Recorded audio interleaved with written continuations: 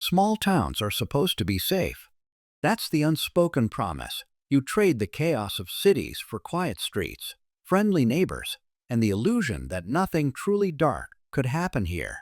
But in the winter of 2021, the little Midwestern town of Graybrooke learned just how dangerous that illusion can be. One crime set off a chain reaction that pulled back decades of buried secrets until the town itself became a crime scene. What began with a single death grew into a spiral of missing children, ritual symbols, a fire that tore apart a family, and whispers of a hidden circle that had lived in Graybrook's shadows for 50 years. Graybrooke, Illinois. Population: just under 8,000. A town where everyone knew everyone, or at least thought they did. It had one main street lined with a diner, a hardware store, and a church with a bell tower that still rang every Sunday morning. To outsiders, it was postcard America. But as locals would later say, the quiet hid everything. It began on a chilly October night. The victim was Thomas Garrison, a 47-year-old mechanic, husband, and father of two. He was found dead in the back alley behind his own garage. The scene was brutal. Garrison's skull had been fractured with a blunt object. His hands were stained with grease, as though he'd been fixing something when attacked. And on the garage door, written in what appeared to be motor oil, was a single word: debt. At first glance, police thought it was a robbery gone wrong. Garrison had cash in his wallet, but the register from the garage was emptied. But something didn't add up. Officers on the scene noted strange details that lingered in their reports. The word debt wasn't scrawled hastily. It was carefully painted with long, deliberate strokes. The alley smelled faintly of gasoline, even though no spills were reported. And beneath Garrison's fingernails, traces of wood splinters, suggesting he fought back, scratching someone or something wooden. Detectives combed the area for witnesses. One woman across the street, Mrs. Edna Miller, swore she saw a shadowy figure in a hood running from the garage. Another insisted she heard chanting, though skeptics dismissed her claim as hysteria. Still, the whispers began. To understand why his murder rattled Graybrooke so deeply, you have to know who Thomas was. He wasn't just a mechanic. He was the guy who fixed people's cars on credit when they couldn't pay. He sponsored the local Little League team. He even organized free barbecues every 4th of July. If Graybrooke had a good man, Thomas Garrison was it. So why was he marked with the word debt? Sheriff Harlan Briggs, a grizzled man in his late 60s, held a press conference 2 days later. This was an isolated crime. We have no evidence of wider danger to the community. We are pursuing leads, but behind closed doors, detectives weren't so sure. They dug into Garrison's finances and found something odd. He had recently withdrawn large amounts of cash, nearly $20,000 from his savings. No one knew where the money went. His wife claimed she had no idea. And then came the strangest discovery. In Garrison's desk drawer at home, investigators found a folded piece of paper with the same symbol that would later become infamous in Graybrooke, a circle intersected by jagged lines, almost like a sunburst. It was sketched in pen, shaky, as if copied from somewhere else. The town reeled. Garrison's funeral was packed. People wept openly. But behind the grief was fear. Was this a targeted killing? Was someone in Graybrooke keeping dangerous secrets? And why would a man like Thomas Garrison have a strange symbol hidden in his drawer? For most, it was easier to accept the sheriff's story. A robbery gone wrong, nothing more. But for a few, neighbors, reporters, and eventually the FBI, it was the beginning of a pattern. Within weeks, rumors sprouted. Some said Garrison was in debt to loan sharks. Others whispered he'd been blackmailed. A few muttered about old stories, things people had long tried to forget about the woods outside town. And then, just as Graybrooke started to settle back into uneasy quiet, another tragedy struck. This time, the victim wasn't a man with debts. It was a child. One murder can shatter a family. But in Graybrooke, that single act of violence was just the opening move. The next crime would spread fear like wildfire, because it didn't just take a life, it took innocence. Just 3 weeks after Thomas Garrison's funeral, Graybrooke was rocked again. On a gray November afternoon, Emily Carter, a 9-year-old girl, vanished on her way home from school. She was last seen walking her usual route, a 2-block stretch between the elementary school and her grandmother's house. Witnesses said she had her pink backpack and was humming a tune from choir practice. But Emily never made it home. By dinner time, her family reported her missing. Within hours, the entire town was searching. Neighbors with flashlights, police with dogs, volunteers calling her name in the darkening streets. Graybrooke was no stranger to minor scares, teens sneaking off, kids playing too long in the woods, but this was different. This was a child simply vanishing into thin air. Investigators found her backpack tossed in the ditch near Maple Avenue. The zipper was half open, books scattered, and the strap looked torn, as if yanked hard. In the dirt, just beyond the ditch, there were small footprints, Emily's, interrupted by larger boot prints leading toward the woods. But the strangest detail chilled officers to the bone. Pinned to the backpack strap with a rusty nail was a small piece of cardboard. On it was drawn the same sunburst symbol found in Thomas Garrison's drawer. Suddenly, the sheriff couldn't claim isolated crime anymore. The town erupted. Parents kept children home from school. Churches overflowed with prayer vigils. Local businesses offered rewards. The Carters, Emily's parents, appeared on TV begging for her safe return. Her mother's trembling voice still haunts many who watched. "Please, whoever has her, please bring my baby home. She's just a little girl. She loves animals. She loves to sing. Please, please don't hurt her." But as days passed with no sign of Emily, the whispers grew louder. Some said the Garrison murder and Emily's disappearance were connected. Others muttered about rituals. The sunburst symbol became a ghostly presence, showing up in graffiti, in rumors, in fearful gossip. State police joined the search. Helicopters flew overhead. Dogs combed the woods. Volunteers trudged through frostbitten fields. On the 5th day, a deputy made a grim discovery. At the edge of the river, caught in the roots of a fallen tree, was a bundle wrapped in cloth.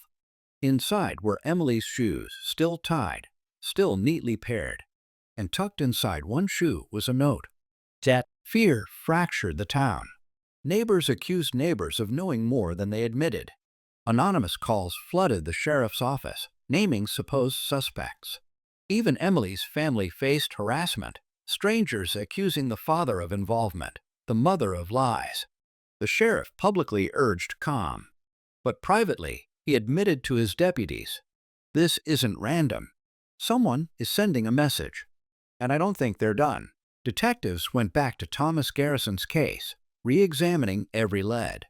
That odd $20,000 withdrawal, the symbol in his desk, the word debt. A theory began to form. What if Garrison had been involved in something larger? Something that required payment or silence? And what if Emily's abduction was part of the same pattern? But what kind of debt involved ritual symbols, children, and murder? One evening, a janitor at the local library found something strange. In the basement, wedged behind a loose board, was a leather-bound notebook. Inside were sketches of the sunburst symbol, along with lists of names and dates spanning back decades. Some names had X's through them. Some dates matched old obituaries. Others were unfamiliar. And at the very bottom of one page, written in faint ink, was the name Emily Carter. Thomas Garrison's death had shocked the town. Emily Carter's disappearance had shattered it. But the discovery of the notebook made one thing horrifyingly clear. This wasn't about a single murder or even a kidnapping. It was about something much older, something embedded in the history of Graybrooke itself. And the true nightmare was only beginning. Graybrooke was unraveling. First, the brutal slaying of Thomas Garrison. Then, Emily Carter vanishing into thin air.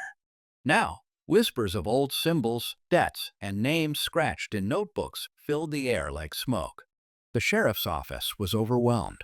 Deputies were working 18-hour shifts, and the FBI had been called in, though no one trusted outsiders to understand their little town. And then, just as winter tightened its grip, another body surfaced. Reverend Daniel Merrick had been the pastor of Graybrooke First Baptist for nearly 30 years. To many, he was the town's moral compass, the man who baptized their children, buried their dead, and blessed their marriages. But one Sunday morning, Merrick didn't show up to lead service. Parishioners waited, confused. When the organist knocked on the office door, there was no answer. By noon, they broke it open. Inside, the Reverend sat slumped at his desk, Bible open before him, a revolver still in his hand.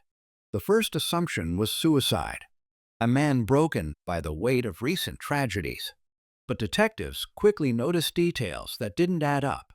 The revolver had been placed in his right hand, but Reverend Merrick was left-handed. On the desk, next to the Bible, was a folded piece of paper. At first glance, it looked like a suicide note, but the handwriting didn't match Merrick's neat cursive. Instead, it was blocky, jagged. It read, "Debt forgiven." Behind the desk, faintly etched into the wood, was that same sunburst symbol. If this was a suicide, it was a staged one. Investigators dug into Merrick's past. What they found was a side of the Reverend few had ever seen. Bank statements revealed thousands of dollars in unexplained withdrawals. Old sermons, archived in church records, contained cryptic references to hidden sins and debts that cannot be erased. One chilling passage from a sermon just months before read, "The debt of blood must be paid, not by coin, not by prayer, but by sacrifice." The congregation remembered it as fire and brimstone rhetoric. But in light of the crimes, it took on a more sinister meaning. For a town that clung to its church as the one stable institution, Merrick's death was devastating. Some refused to believe he had been involved in anything dark. They painted him as a martyr, silenced for knowing too much. Others muttered that he had been part of the same twisted network that took Emily Carter. Either way, the church bell tolled not for hope, but for fear. Digging further, the FBI unearthed something buried deep in county archives.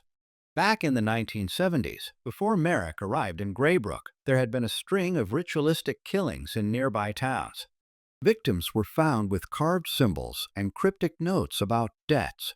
The prime suspect was never caught, but whispers pointed toward a secretive religious sect operating in rural Illinois at the time. The sect's symbol? A sunburst. And among the faded documents was a name, Daniel Merrick. Not as a pastor, but as a youthful, initiated member. Now the investigators had 3 deaths or disappearances with chilling similarities. Thomas Garrison, debt unpaid. Emily Carter, debt paid. Reverend Merrick, debt forgiven. It was no longer possible to ignore. Someone or some group was following a script decades in the making. And if Merrick's death was any indication, they weren't finished yet.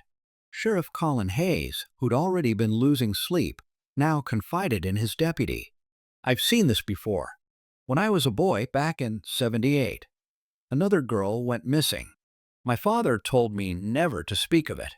Said some debts weren't ours to question. I thought he was just scaring me. But what if he knew?" For the first time, the sheriff wasn't just leading an investigation. He was realizing his own family history might be entwined in the nightmare. What began as isolated tragedies was now weaving into a chilling tapestry of symbols, debts, and sacrifice. With every discovery, it seemed Graybrooke wasn't just cursed, it was complicit. And the next act in this bloody drama was already waiting in the shadows. December arrived in Graybrooke with a thin veil of snow, the kind that made the streets look postcard perfect. Shop windows glowed with string lights. Kids rehearsed for the Christmas pageant. Families tried to smile through church services, through parades, through awkward holiday dinners.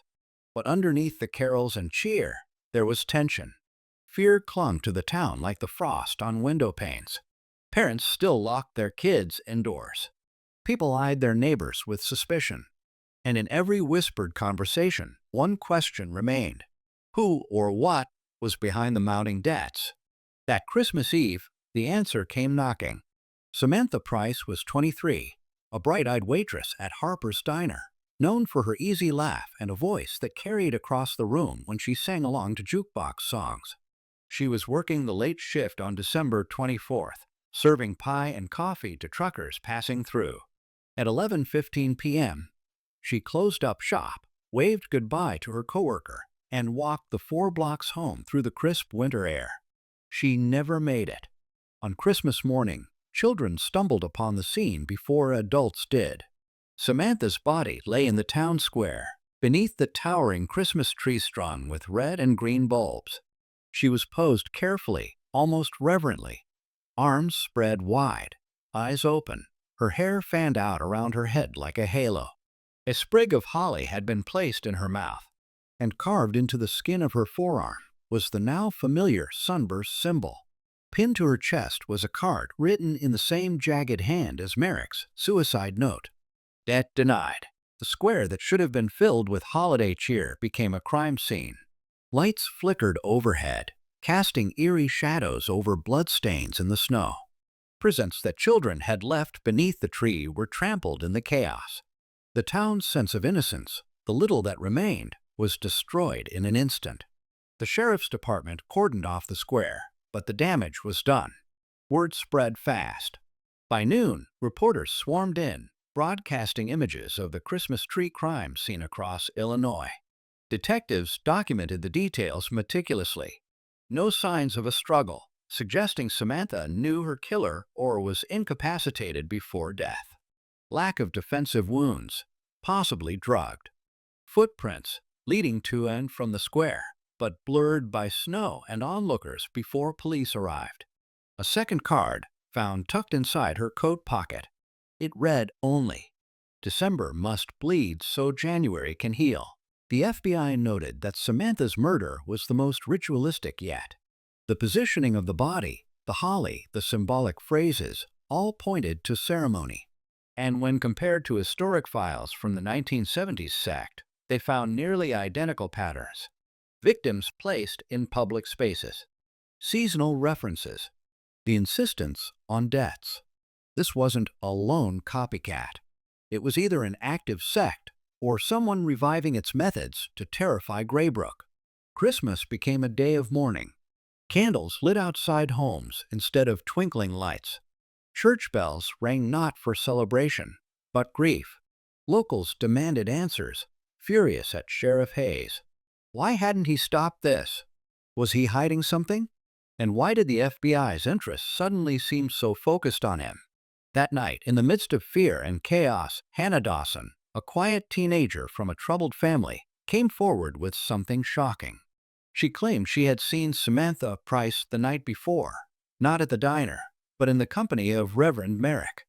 This was impossible. The police argued Merrick had been dead for weeks. But Hannah swore it was true. She said she'd seen them both near the old quarry road, Merrick's face pale as a ghost in the moonlight. Was Hannah hallucinating? Lying? Or was someone in Graybrooke wearing the Reverend's face, literally or figuratively? The sheriff was unraveling. His deputies noted his hands shaking during press conferences. His wife confided to friends that he barely slept. He kept muttering about debts and sins of the father. At one point, he broke down privately to an FBI agent.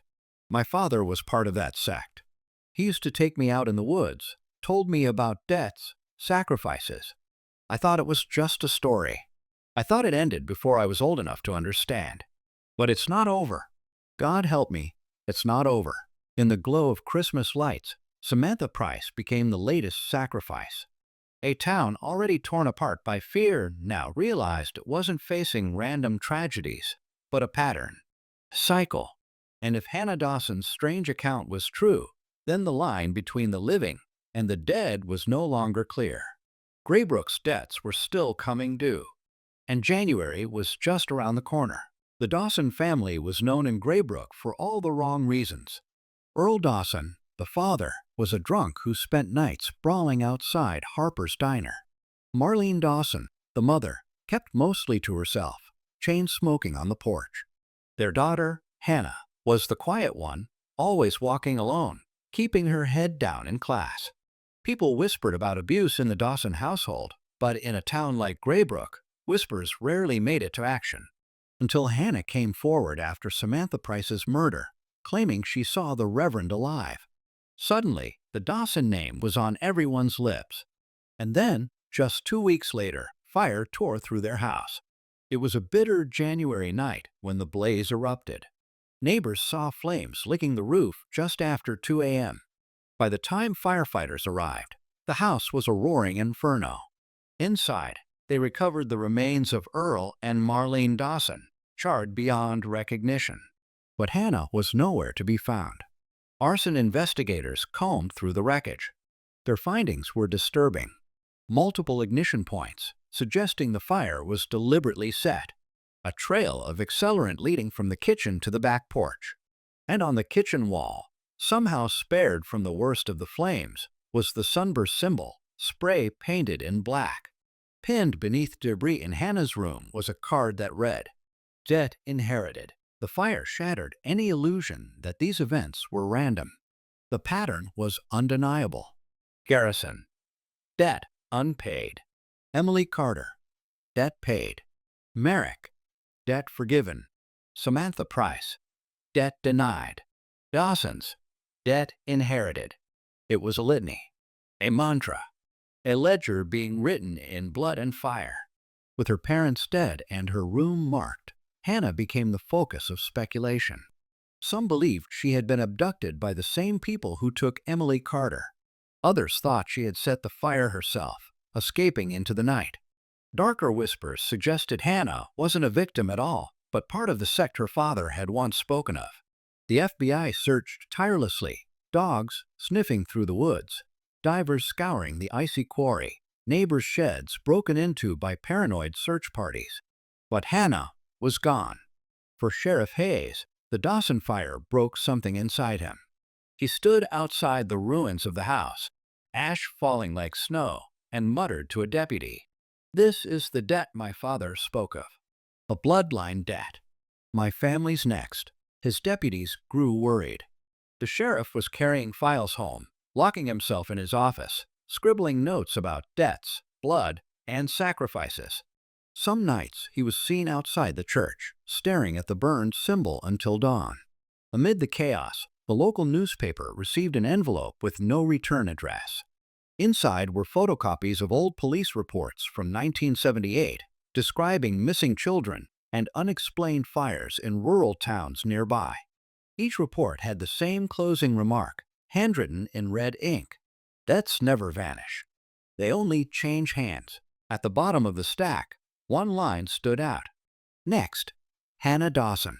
The fire that consumed the Dawson home didn't just take 2 lives. It ignited a new wave of terror. With Hannah missing, the ledger of debts was more tangled than ever. Was she the next victim? The next sacrifice? Or the next heir to Graybrook's darkness? As the ashes cooled, one thing was certain. The town was losing control, and the debts were still being collected.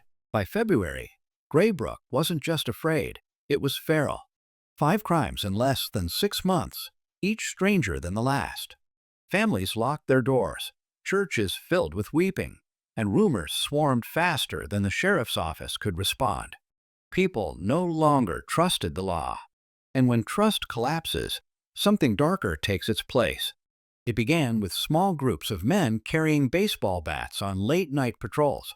They called themselves the Night Watch. At first, they claimed they only wanted to protect children walking home. But soon, paranoia drove them further. They broke into the home of an elderly recluse, convinced he was hiding Hannah Dawson in his basement. They found nothing but canned food and a terrified man. They stormed the motel on Route 6, dragging out a trucker who'd been passing through. He was beaten so badly he nearly died. His only crime was being a stranger in a cursed town. The Night Watch insisted they were acting where the sheriff failed. But all they sowed was chaos. Sheriff Hayes was unraveling completely. His deputies whispered that he was drinking on duty, muttering about debts and bloodlines. When asked about the vigilantes, he exploded at a press conference. "You think you can fight this with bats? With fists? You don't even know what you're fighting. You don't want to know." The press tore him apart. Graybrooke no longer saw him as a protector. He was just another broken man in a town full of them. Then came the tapes. A local radio station received a package with no return address. Inside were 3 cassette tapes, each marked with a date.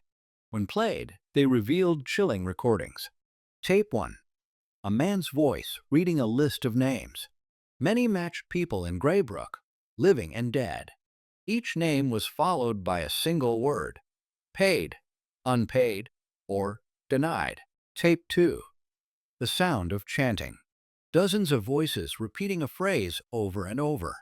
The debt is eternal. The sun must rise. Tape 3. A girl's voice, trembling, whispering, "Please, please let me go. I don't want to be here." It sounded like Hannah Dawson. The tapes spread like wildfire. Copies were passed around schoolyards, replayed in bars, analyzed late into the night by frightened families. The sheriff dismissed them as hoaxes. The FBI disagreed. The chanting matched audio recordings from a 1970s cult surveillance case in southern Illinois. The exact same voices, as if the cult had never died. But how could Hannah's voice be on a tape dated before she was even born? Agents scouring county archives discovered an old, sealed folder, Operation Sunburst. It contained records of an attempted federal crackdown on the cult in 1978. Informants had warned of bloodline sacrifices, debts passed from parents to children.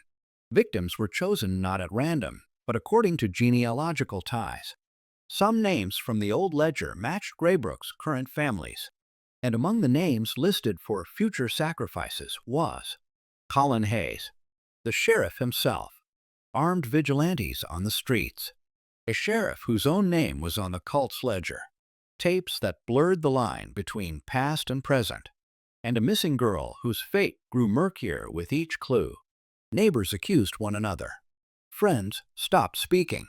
Even families fractured, some digging through old Bibles and letters, terrified they might find the sunburst symbol in their own lineage.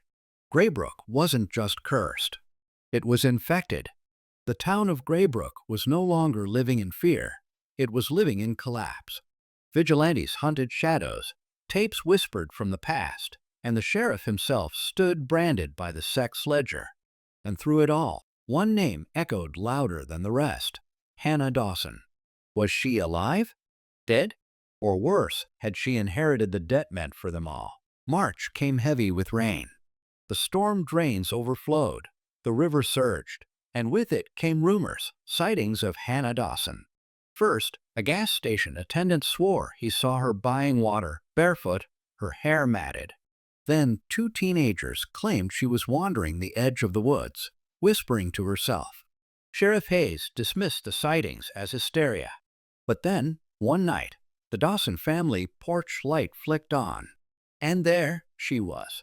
Hannah Dawson, standing in the rain, silent, eyes empty. Her parents rushed her inside, weeping. But Hannah wouldn't speak, wouldn't eat, wouldn't look anyone in the eye. She simply sat, rocking back and forth, muttering one phrase over and over: "The debt is paid. The debt is paid. The debt is paid." Doctors examined her, but their findings only deepened the mystery.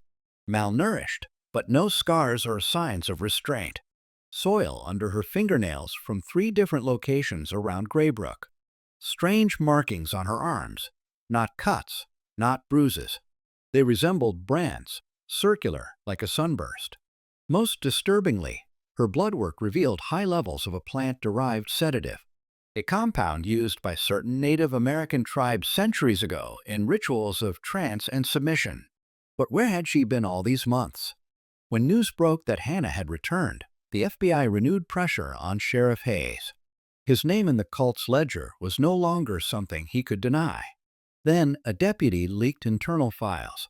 Hayes' father, Judge Emmett Hayes, had presided over cases in the 1970s tied to cult members. Every one of those cases had mysteriously collapsed, charges dropped. It wasn't incompetence. It was protection. The Hayes family had shielded the cult. Reporters hounded him. Protesters camped outside the station. The sheriff tried to hold on, but one night, drunk and shaking, He pulled out his revolver during a town hall and screamed, "You think I don't know? You think I wanted this? My father signed us into the debt. I was born already damned." Deputies wrestled the gun from his hand. The sheriff of Graybrooke was taken into custody, not for the murders, but for losing his mind in public. Days later, Hannah finally spoke, not to her parents, not to doctors, but to Father Callahan, the priest who had once buried the town's dead. She whispered her story in confession. She had been taken to an underground room lit only by candles. She was never bound. She was told she was free to leave any time. But each time she reached the door, something stopped her. Not guards, not chains. A feeling like her legs turned to stone. Voices chanted around her, not always seen, but always heard. And every night, a man read from the ledger. She couldn't see his face, but his voice was calm, familiar. When asked who it was, she hesitated, then whispered. It sounded like the sheriff. The FBI dismissed it as trauma, her mind confusing voices. But Graybrooke didn't. To them, Hannah's words were truth. And if Sheriff Hayes was part of the sect, then his arrest wasn't the end. It was only the beginning. Because if the sheriff was marked, then how many others were? Teachers? Shopkeepers? Priests? The fear turned inward. Everyone looked at their neighbors differently. Every laugh, every glance, every silence, suspicious. Graybrooke was no longer a town. It was a minefield. Hannah Dawson had returned from the void, but her presence brought no peace. Her words poisoned what little trust remained. The sheriff was broken, exposed, yet his shadow loomed larger than ever. Because if his family had been bound to the debt, then perhaps so were many others. And perhaps Graybrooke was never meant to escape it. The courthouse in Graybrooke had seen murders, fraud cases, and family feuds. But nothing prepared it for this. By June, the trial of Sheriff Hayes was set to begin. Officially, he was charged with obstruction of justice, abuse of office, and conspiracy. But everyone knew the real trial wasn't about paperwork. It was about the cult, the ledger, and the town's soul. Reporters camped outside for weeks. National outlets broadcast every development. Protesters marched with signs reading, "The debt is blood," and "Burn the ledger." Inside, Judge Carlton tried to maintain order. But the courtroom felt more like a theater stage. Every seat was taken, every whisper amplified. When Hannah Dawson took the stand, silence fell. Her voice was steady, but her words carried weight. She described the underground chamber, the chants she heard, the voice reading her name from the ledger. The strange sunburst brand burned into her skin. Then the prosecutor asked the question the whole town wanted answered. "Miss Dawson, whose voice was it?" Hannah hesitated, looked straight at the sheriff, and said, "It was his." The gallery erupted. Some screamed, others wept. Sheriff Hayes, red-faced, slammed his fist on the table and shouted, "She lies. She's been poisoned by them. I never read the ledger." The judge had to bang his gavel 6 times before order returned. But then came the evidence nobody expected. The FBI had quietly searched the quarry tunnels after Hannah's return. In a sealed metal box, they discovered a set of cassette tapes, labeled only with dates. On one of them, a man's voice read aloud. Names of families, dates of deaths, instructions for rituals. It wasn't just a ledger anymore. It was a spoken record. And the voice? Calm, clear, recognizable. It was Sheriff Hayes. Gasps filled the courtroom. Hayes's lawyer argued it was fabricated, doctored. But forensic experts confirmed. The voice prints matched perfectly. The sheriff cracked on the 3rd day of testimony.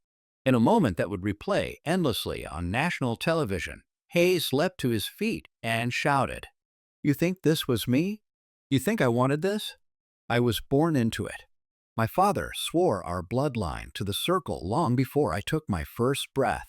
I carried the curse because I had no choice." He pointed at the crowd, at the jury, at the cameras. "And don't pretend you're free of it either. Half of you are in the debt and don't even know it. This whole town was built on it. Built on blood. The bailiffs dragged him from the courtroom as he screamed, spittle flying, eyes wild. The nation saw a sheriff, once respected, reduced to a raving madman. But the strangest moment came a week later, during a recess in the trial. A deputy transporting Hayes to Holding swore that the sheriff whispered something under his breath. "The debt won't end with me. The circle will collect. And they'll start with the jurors." Hours later, a juror's dog was found gutted on their front porch. Another juror's car was vandalized with a painted sunburst symbol. Coincidence?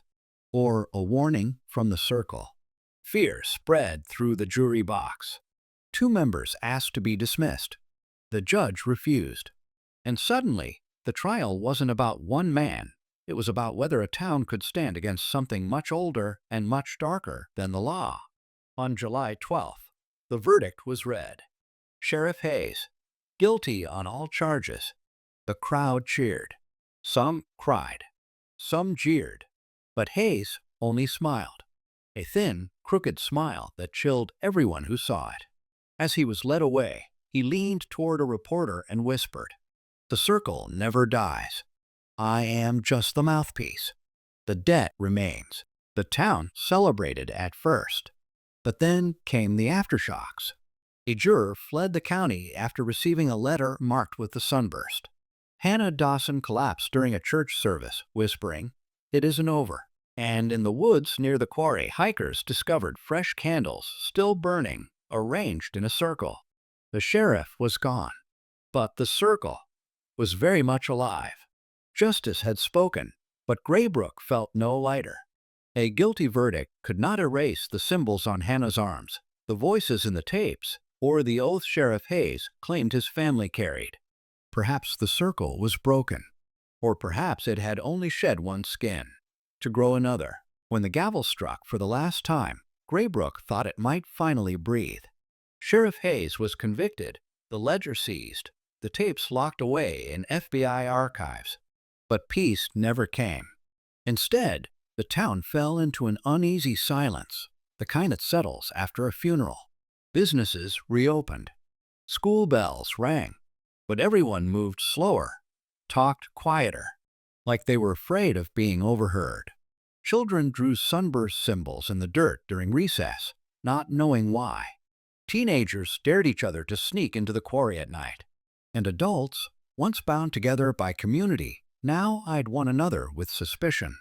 Graybrooke was alive, but it was hollow. 2 months after the trial, the FBI announced the ledger had gone missing from their evidence facility in Chicago. No signs of forced entry, no trail of fingerprints. It was simply gone. Officially, they said it was a clerical error. Unofficially, agents whispered what no one wanted to admit. The circle had taken it back. The town learned of the disappearance through rumor. But once word spread, the paranoia sharpened. Who had retrieved it? And who would be named in its next pages? Hannah's parents packed their bags and left under cover of night. No farewell, no announcement. Just gone. Their house stood empty, blinds drawn, toys left behind. Hannah herself was taken to a facility upstate, her mental state fragile, her words fragmented. Doctors noted she still whispered the phrase, "The debt is paid," in her sleep. But they could never get her to explain what it meant, or who it was paid to. Autumn came. With it, more shadows. A farmer discovered 3 of his cows slaughtered, arranged in a circle, entrails laid out like symbols. A high school teacher vanished on her way home. Her car was found idling, headlights on, driver's door open. Candles appeared again near the quarry, their wax still warm when hikers stumbled across them.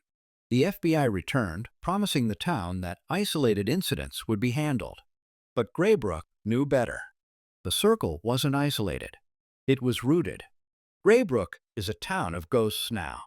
Ghosts of victims. Ghosts of secrets. Ghosts of oaths written in blood and whispered through generations. Sheriff Hayes is gone, locked away in a cell, but his words linger. The debt never dies. Maybe he was mad. Maybe the circle was only fear given shape by tragedy. But maybe not. The missing ledger, the new crimes, the whispers in Hannah Dawson's sleep, they all tell a darker story, one not finished, one still unfolding. And so, dear listener, I leave you with this thought. Some debts are too old, too deep, too bound to blood to ever truly be erased. And if Graybrooke has taught us anything, it's that the past is never really buried. It waits, patiently, in the shadows. This has been Tangled Shadows. Thank you for listening. Share your thoughts, your theories, and your fears with us on our socials. Until next time, lock your doors, watch your neighbors, and never ignore the voices that whisper when the night is quiet.